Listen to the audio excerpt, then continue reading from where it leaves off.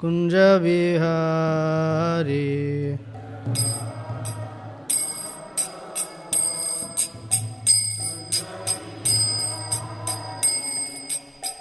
गोपीजना वल्लभ गिरिवरधारी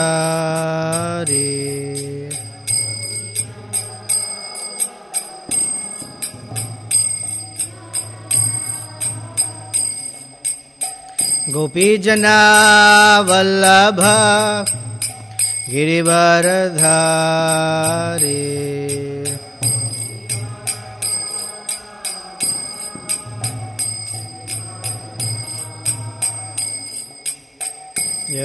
यशोदानंदन ब्रज जनरंजना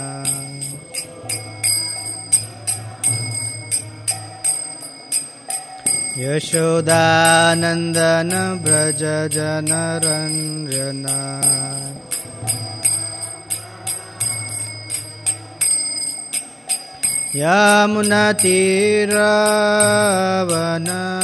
यमुनातीरवनचारी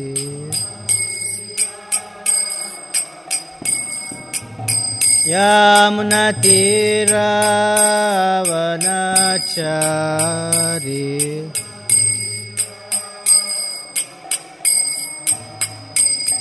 जय राधा माधव कुंज विहारी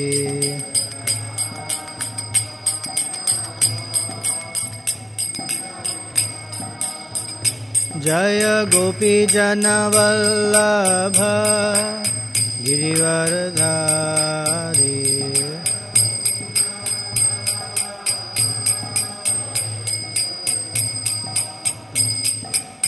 यशोदानंदन ब्रज जनरंजना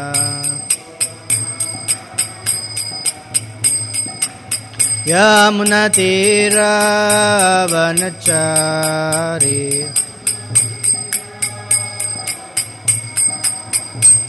जय राधा माधव कुंज विहारी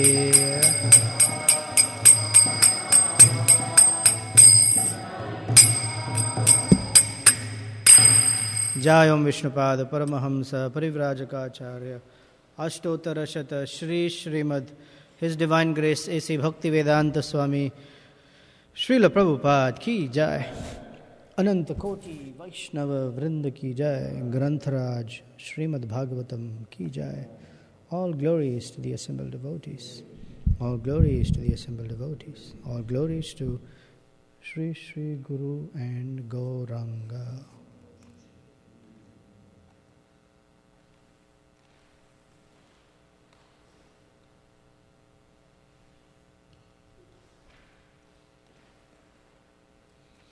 ओम नमो भगवते वासुदेवाय।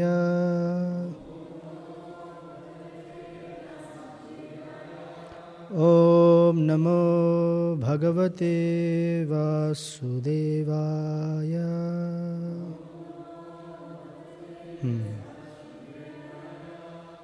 ओम नमो भगवते वासुदेवाय।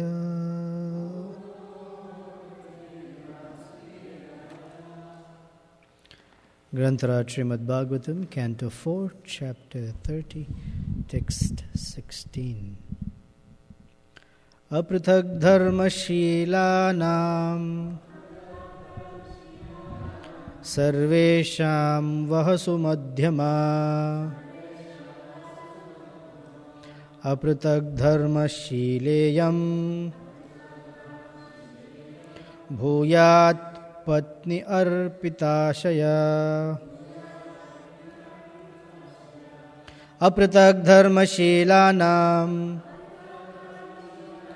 सर्वेषां वहसु मध्यमा। अपृथक् धर्मशीलेयां भूयात् पत्नी अर्पिताशया।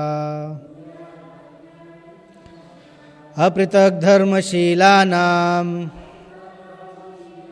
सर्वेषां वहसु मध्यमा। अपृथक् धर्मशीलेयं भूयात् पत्नी अर्पिताशया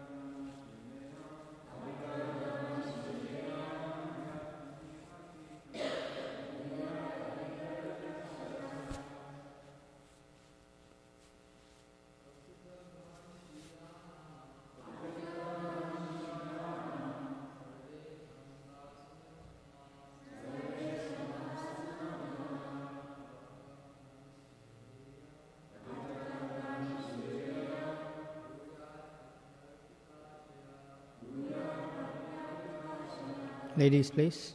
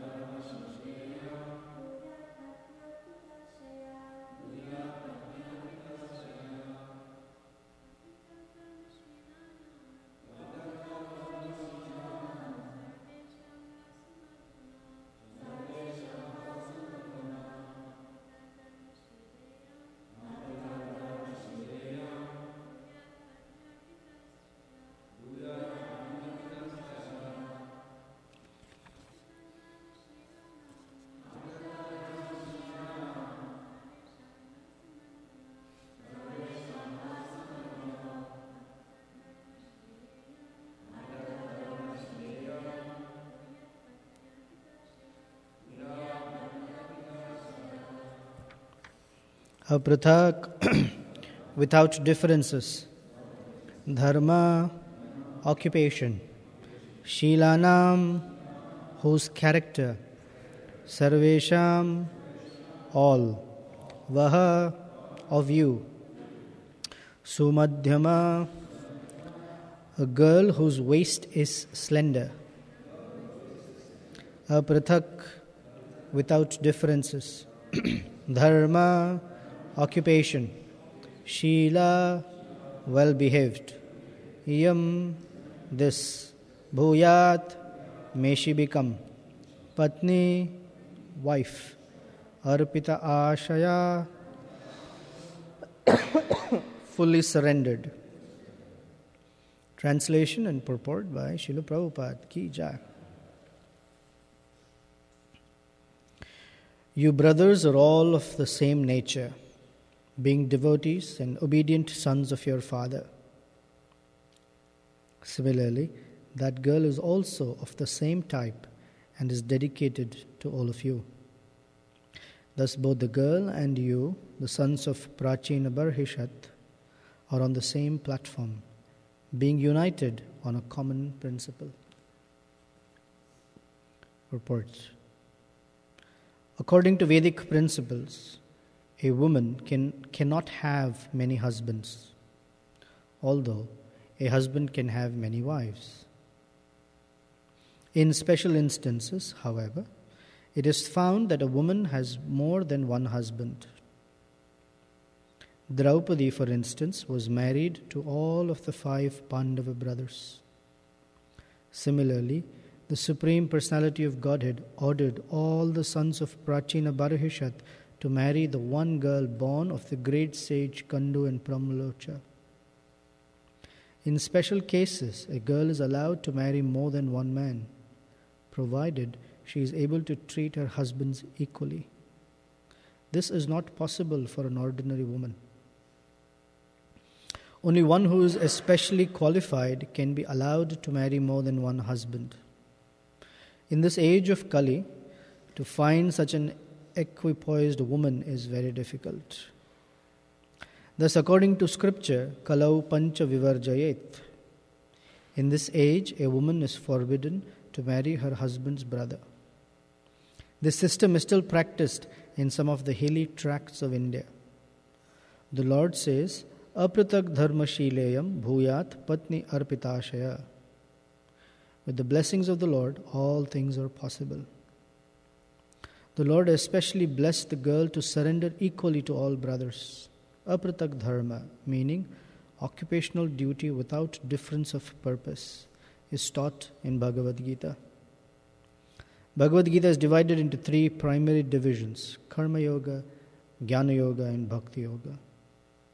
The word yoga means acting on behalf of the Supreme Personality of Godhead. As confirmed by Bhagavad Gita, chapter 3, text 9, Yagyarthat karmano nyatra lokoyam karma bandhana tadartham karma kaunteya mukta sangha samachara. Work done as sacrifice for Vishnu has to be performed, otherwise work binds one to this material world.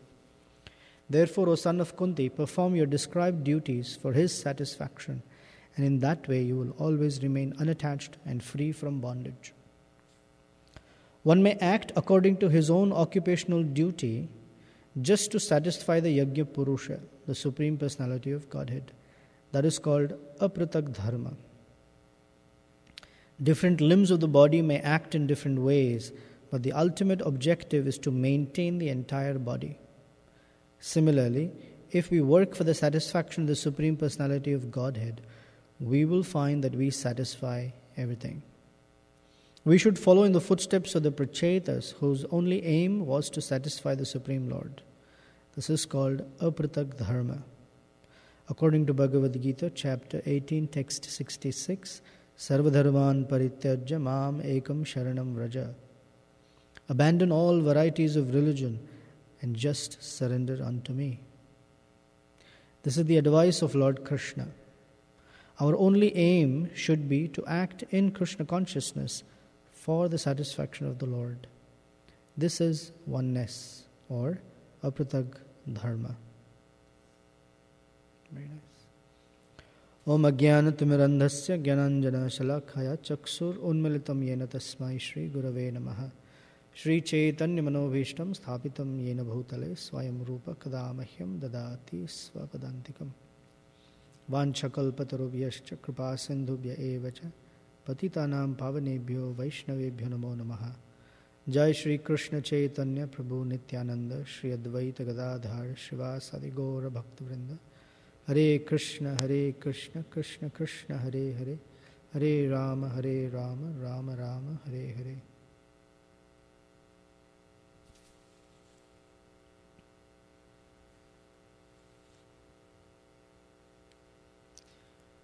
The phrase to remember for today, or from today onwards, is Apratak Dharma.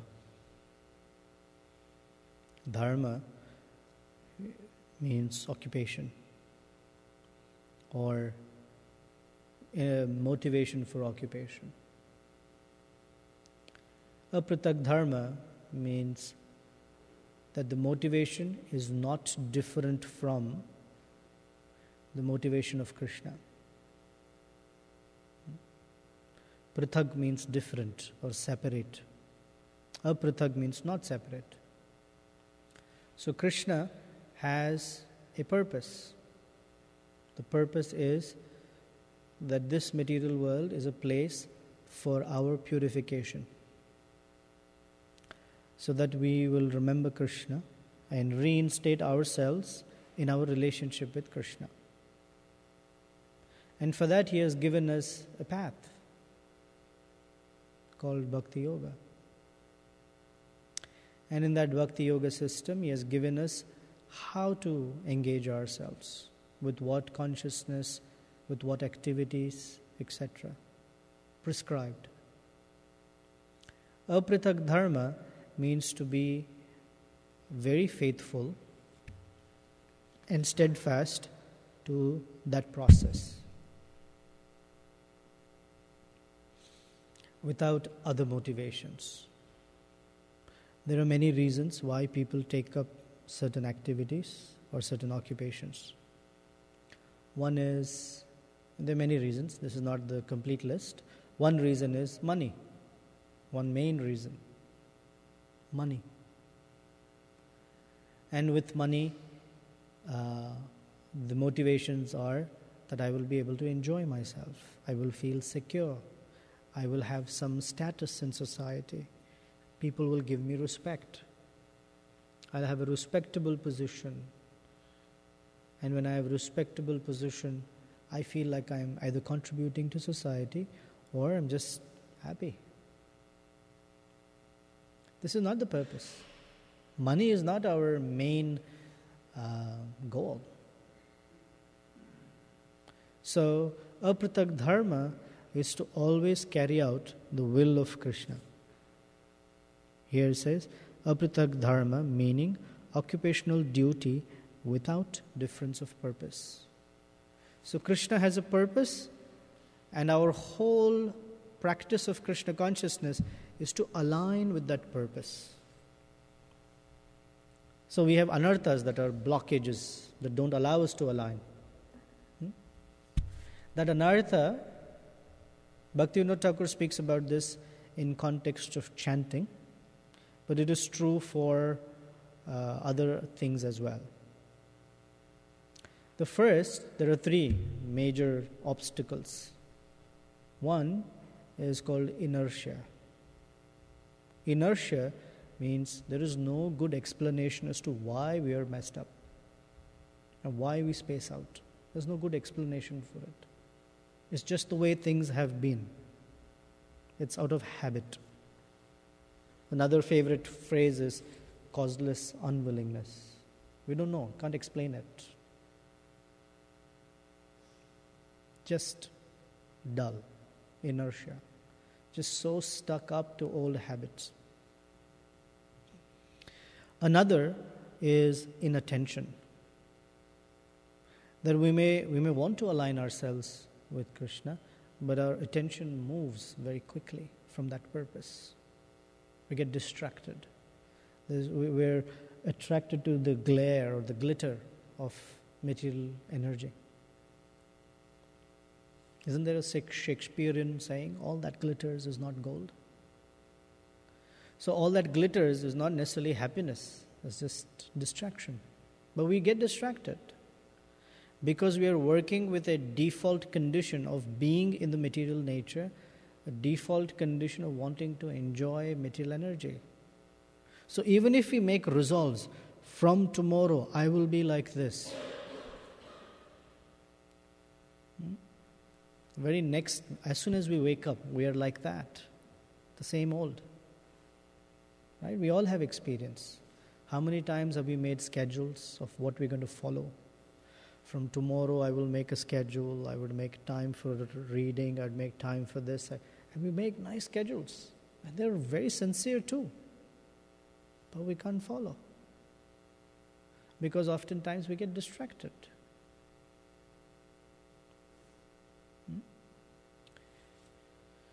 Then there is indifference. We don't care. Despite so many instructions, despite so much mercy being extended to us, despite all the good advice we have received, despite all the arrangements that have been made for us to be able to remember Krishna, we just don't care. Saying, it's okay, tried, it's too difficult. It's all right. That indifference is a big, big hurdle. We should care. We should care for Krishna. We should care what Krishna feels by my turning away from Krishna. There are many of us, living entities, that are not aware of Krishna. Manushyanam sahasreshu kashchit yatati siddhaye. Hardly anyone ever thinks about making something out of their lives. Very few. Correct? Because for most living entities, they are busy just trying to survive. That's all. Whole life is just somehow or the other survive, man. If I can pay my bills, if I can just get something to eat and a little place to sleep, And then, once in a while, little sex. If I can just get that, that's a good life. It's called the American dream. Most people are just trying to survive. And even these 4 things are so difficult to get nowadays. How many people can sleep peacefully? They cannot. Too much happening. Upadruta.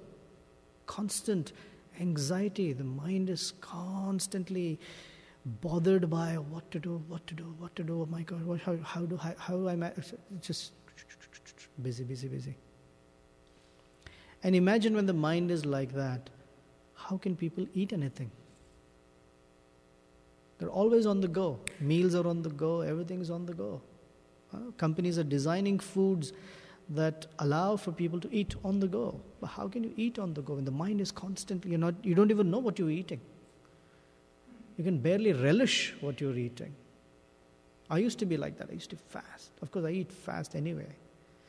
I must have been a dog in my previous life or something. Just eat fast. And Murari would tell me, hey, slow down, savor the prasadam. What are you doing? He would remind me every day. Too busy. Mind's just, for people of the world, the mind is just survive. No sleep. Cannot sleep peacefully. That's why the sleep specialists prescribe we should sleep at least 8 hours. Why? When the Shastra says 6 hours is sufficient, why 8 hours? How many hours do people end up sleeping? They don't end up sleeping. They count a lot of sheep, I believe. And if they cannot fall asleep, then they have to take some medication to fall asleep. And once they take medication, they cannot wake up. Because the medication is like, so whatever, you get the idea. So then one doesn't have the opportunity to think about what is the purpose, what is Krishna's purpose, and how do I align myself to that purpose. For that, kaschit yatati siddhaye. One should think about perfecting one's life. That's the first starting point. After that is yatatam api siddhanam. One who considers to make life perfect, few will actually think, what is Krishna all about? Who is Krishna? For most people, perfection of life on the Jnana platform is to remove all the difficulties from life, to remove all the disturbances from my mind, to be able to not get kicked here and there by the modes of nature. That is perfection. So Bhagavad Gita also says that is the beginning of perfectional platform. Brahma Bhuta Prasannatma. No shochati, no kankshati, no lamentation and no hankering. But that's just the platform for Mad Bhaktim Labhate Param. It is the platform to begin devotional service on. So very few people actually consider what is Krishna's purpose? What does Krishna want for me? So when acharyas like Bhaktivinoda Thakur, Srila Prabhupada, Narad Muni, Vyasadeva, they're constantly telling us what the purpose is. Idam hi pumsa tapasa shrutashrava.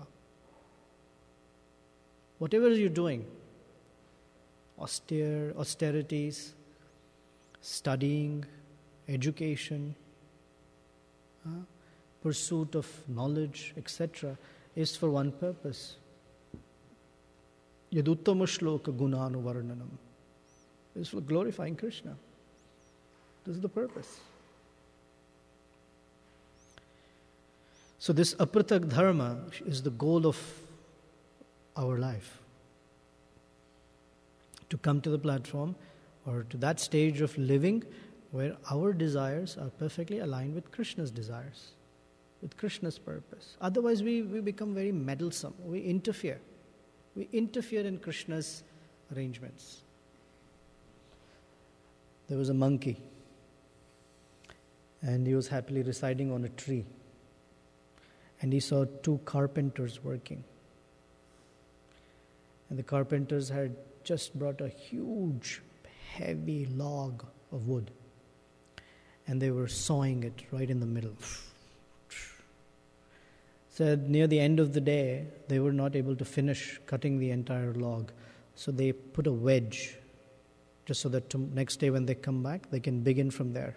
Correct? You keep a wedge. And they left for the day. So our little friend monkey was wondering, what is that thing? What's that wedge? He didn't know it was wedge. He doesn't know carpentry. But he was very attracted by that little thing there. So what is it? And monkeys cannot stay quiet. They have to fidget. They have to interfere. They have to figure out, I would like to know what's going on. Monkeys cannot stay by themselves. Like, they're doing something. They have to interfere. So this monkey went in and played around with the wedge and took it out. So that big log that was separated like this closed in.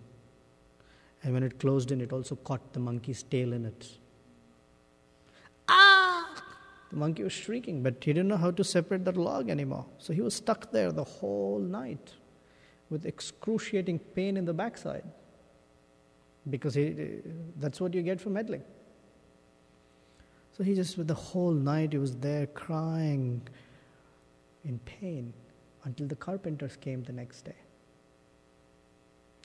And then they had to put in the wedge again, let him go, put a little medication on his tail, etc. So the story is to describe that the human being, when there is nice arrangement by Krishna, cannot be quiet. He has to meddle in it. He has to do, tinker with Krishna's system, Krishna's the way things are going, and that get his tail caught in it. So the outcome of that is excruciating pain.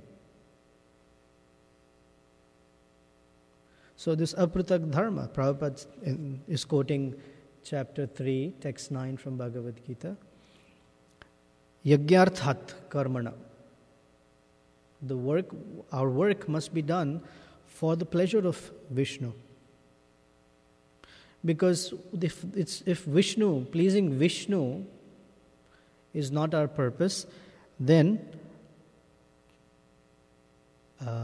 this karma becomes the cause of karma bandhana. We're bound by the reactions of that work. We're also bound by that work. We become attached to, I'm doing this. So you ask people, why are you doing this? Why are you continuing to slog like this? I have to do it. If I don't do it, how will I survive? This is karma bandhana. Thinking that activity itself is what is keeping me going. Actually, it's that activity that is making it worse, but we're thinking that's what's making me going or keeping me going. And Krishna is saying, tadartham karma kaunteya. The meaning of such work, the outcome of such work is mukta sangha samachara. Mukta sangha, one becomes liberated from the conception that work is what is keeping me alive. It's Krishna who's keeping us alive. It's Krishna who's maintaining us. It doesn't mean that we become irresponsible. It means that we understand that Krishna is a real maintainer. And if we serve Him, He will take care of us. He's taking care of so many living entities. Can He not take care of one foolish person? Easily. No problem. He will take care. That is our conviction. However, the work is yagyarthat, for the pleasure of Vishnu.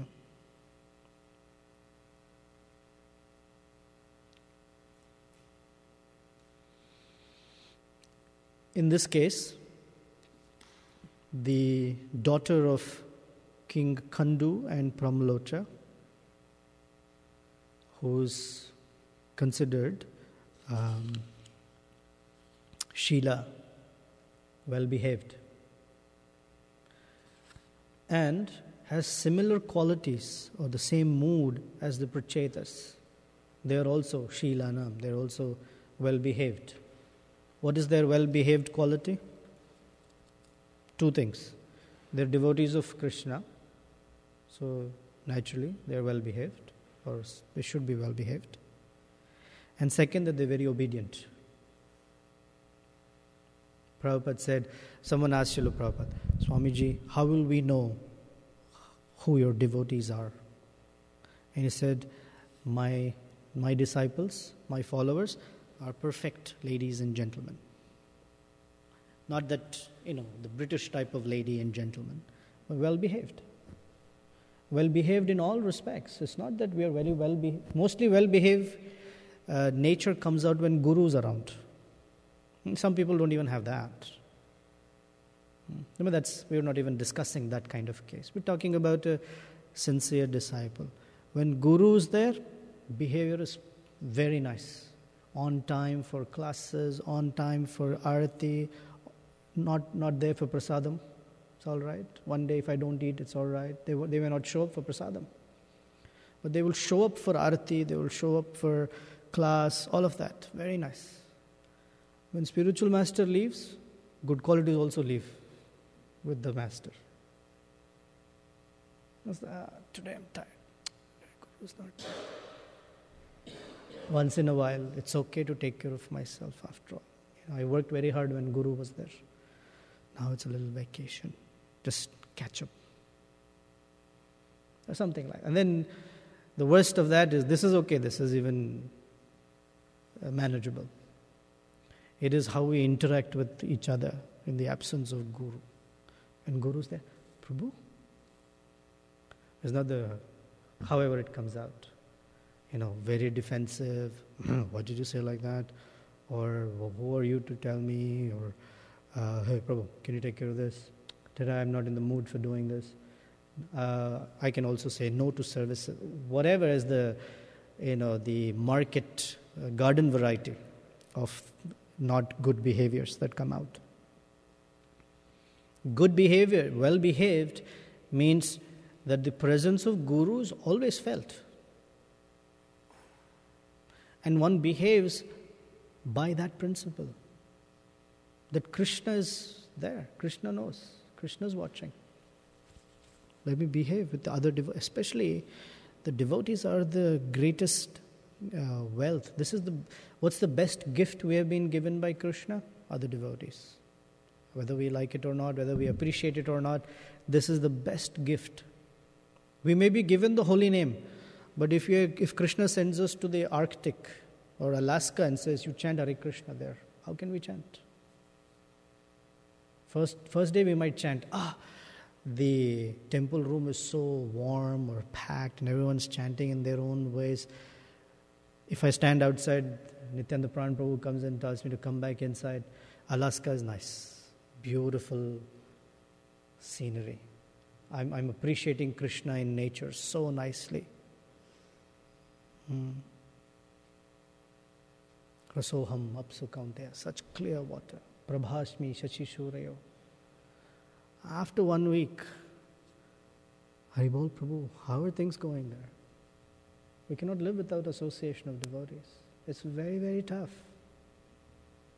Then if we are outside the association of devotees, then we make a very good friend, a best friend, called the mind. And that mind takes us on this fantastic, Jai Jagannath Prabhu was talking about, a chariot of the mind. Manoratha. Such a pleasure trip, scenic route. The mind takes us on a scenic route. Then all good qualities and good behavior is out the window, right?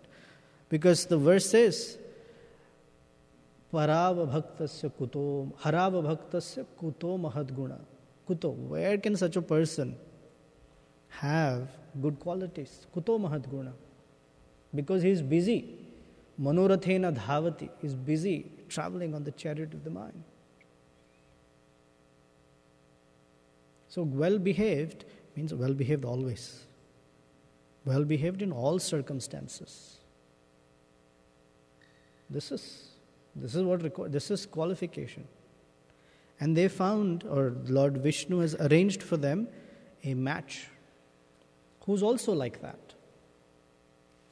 Both the two times the phrase apratak dharma shilanam, and then again apratak dharma shileyam. You are well behaved and your purpose is very clear. By the way, the daughter of sage Kandu and Pramalocha is also like that. So this is a good match.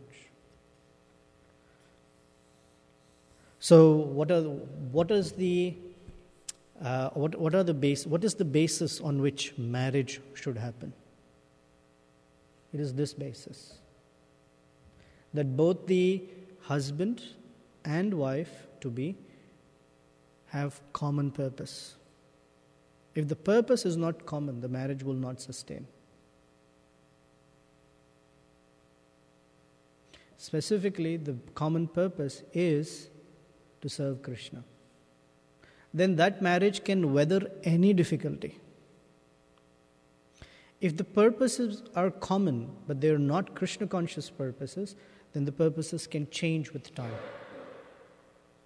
We can change with circumstance. And well-behaved nature is important for managing difficulties. If we don't have good behavior, we cannot pass through difficult times. It is actually good behavior, meaning qualities, of course, not just a forced behavior. It's the qualities that help us meet any challenge in life, especially the quality of humility, tolerance, pridelessness. These qualities, they allow us to face any situation in the world. It doesn't matter. There are other qualities such as well-educated, whatever is the other qualities of the world, rich. They don't help a person manage life or any circumstance of life. They may help manage certain circumstances. Suppose a person has a lot of money and is struck with bad health. He can spend money, but health may not become better, how much ever money they spend. So it cannot help manage circumstances of life. But if the qualities of humility, tolerance, etc. are there as a devotee, then it doesn't matter what circumstance one is in. Every circumstance can easily be managed. So here Lord Vishnu is glorifying both the Prachetas and the daughter of Kandu and Pramalocha, that both of you have these qualities and you're well behaved and you're devotees. Then there is cultural point. Prabhupada is talking that a woman, according to Vedic system, cannot have more than one husband simultaneously, or even more than one husband at all. According to Chanakya Pandita, I forget the Sanskrit, he talks about the different enemies a person has.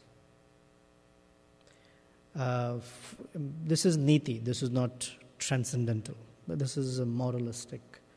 But Prabhupada quoted it because you need a set of morals to conduct life on a day-to-day basis. He says, a father who is in debt is an enemy, because when the father passes away in debt, then the son inherits the debt, or the family inherits the debt. He says a mother who marries again is an enemy, because then her affection gets divided. And then the third is Bharya Rupavati Shatru. A very good-looking wife is also an enemy. Why? Because one cannot leave home easily. Enamored by the wife, cannot leave in home, cannot do his activities. And the third, another reason is, can become very suspicious. Oh, she's very good looking. Will someone else take her away? So mind becomes agitated. And I think there's a fourth one, but I can't remember. So Prabhupada is saying that only in the case of very exceptionally qualified women, that there is an exception. The exception is Queen Draupadi. I mean, imagine her qualification. Her qualification is so fantastic that she was a perfectly chaste wife to the 5 Pandavas. Not only that, even Krishna's queens, Satyabhama, Rukmini, Lakshmana, they all came to meet her. And they asked her, how are you managing 5 husbands so wonderfully? We have one husband, Krishna, and we all share with him, but still we don't know how to serve him so nicely. How are you managing 5 husbands? And in the Krishna book, there's a whole description she gives how she lives her life every day. Fantastic. Fantastic. Her daily activities when her husbands are there or if they are not there. And Prabhupada saying in this case also, there is another exception. This daughter of Brahmalocha.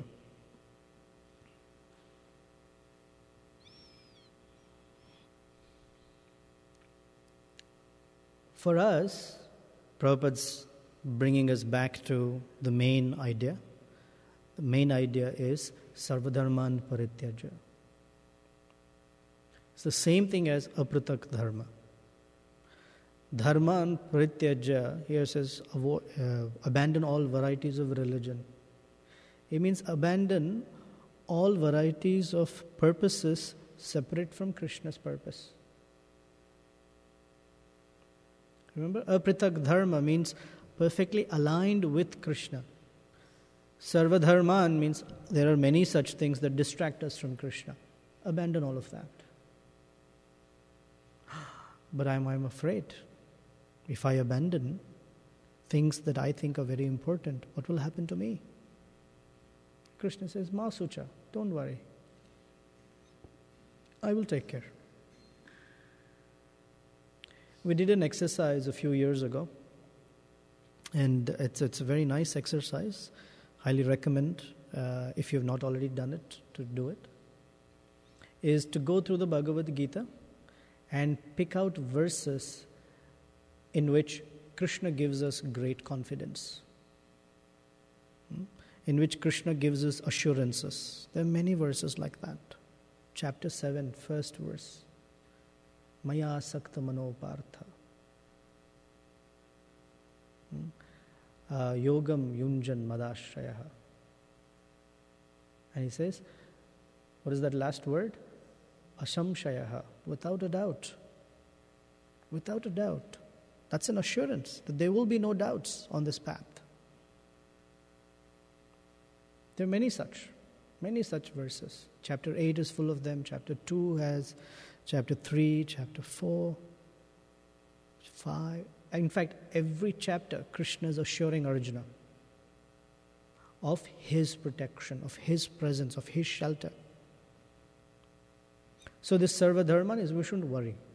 We shouldn't worry what will happen. We should abandon that unnecessary worry. And with the same recklessness, meaning with the same unreservedness, serve Krishna. Not recklessness means negligent, not like that, but without worry. Serve Krishna without any reservations. Krishna will take care. Now and forever, he will take care. That's the assurance. And Prabhupada in this purpose taking the opportunity to tell us, Sarvadharman Parityaja, don't worry. Make life meet that one purpose, Apratak Dharma. Okay, any comments, thoughts? Sorry, this is what? Making our desire, Krishna's desire, the desire of spiritual master, etc. So a well-known message.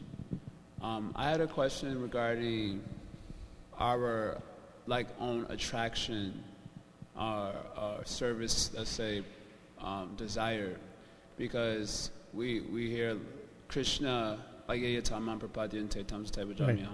Mahaprabhu also explains that the reason Krishna has variety of names is because devotees have variety of desires. Correct. And he's reciprocating with that. Correct. So it seems that that is also the nature of Krishna, that he wants to see what is our service desire. Sure. And then he responds to that.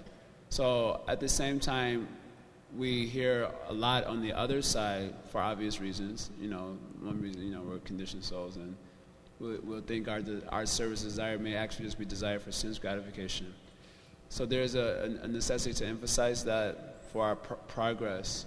But how do we do so without killing a person's innate attraction to Krishna consciousness? Correct. It seems like a hard thing to balance. Someday, if I get the opportunity and Krishna makes it possible, there's a whole topic on individual initiative in Krishna consciousness. What I've been speaking is not different from that.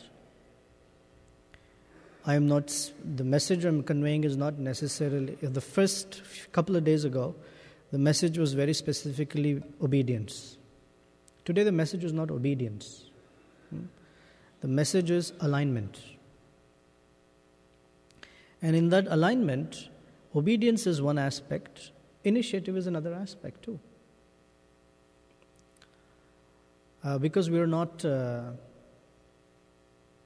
robots.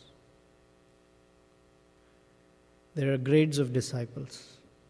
The lowest grade of disciple is he or she gets an instruction and they somehow make it, or they can't even follow it. They do it with really mess ups or mistakes or things like that. But they want to follow. A little higher category of disciple is you give a service and they execute it perfectly. Everything's nicely done. They're very good at carrying out the orders of the guru or the devotees, sadhu. The third category of disciple is anticipates ahead of time what is needed to serve Krishna. In that anticipation is the initiative as well. So our process is that from Vaidhi Sadhana Bhakti awakens Raga Bhakti. Raga Bhakti is full of initiative. So while there is initiative, it is never free of checking in with the devotees. It's always there. So the example you gave was of Parikshit Maharaj. It was his initiative. I will fast on the banks of the Ganges. But he checked in with the devotees, with the sadhus. What do you think? What is your opinion? So that's there. That's always there. In the fledgling case, in the beginning, when we're trying to qualify ourselves as Kanishtas, initiative is dangerous because that initiative is impelled by manodharma. Manodharma means whimsical behavior. I like to serve Krishna this way. I like to serve Krishna that way. Today Krishna would like this.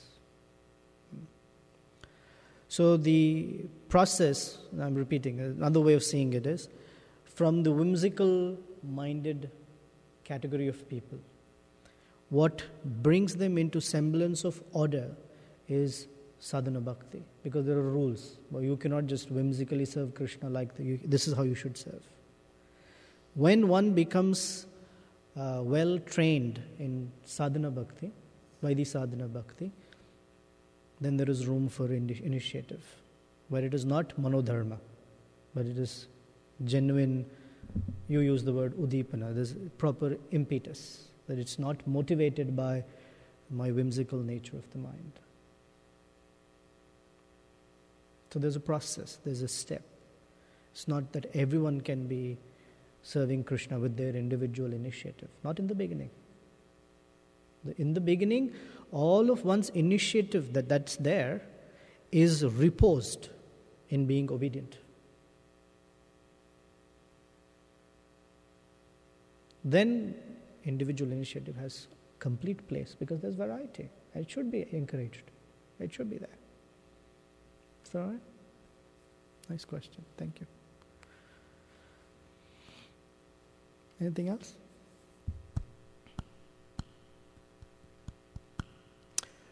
Okay, if nothing else, 11:15 for bhajans and some discussion on Srila Bhaktivinoda Thakur.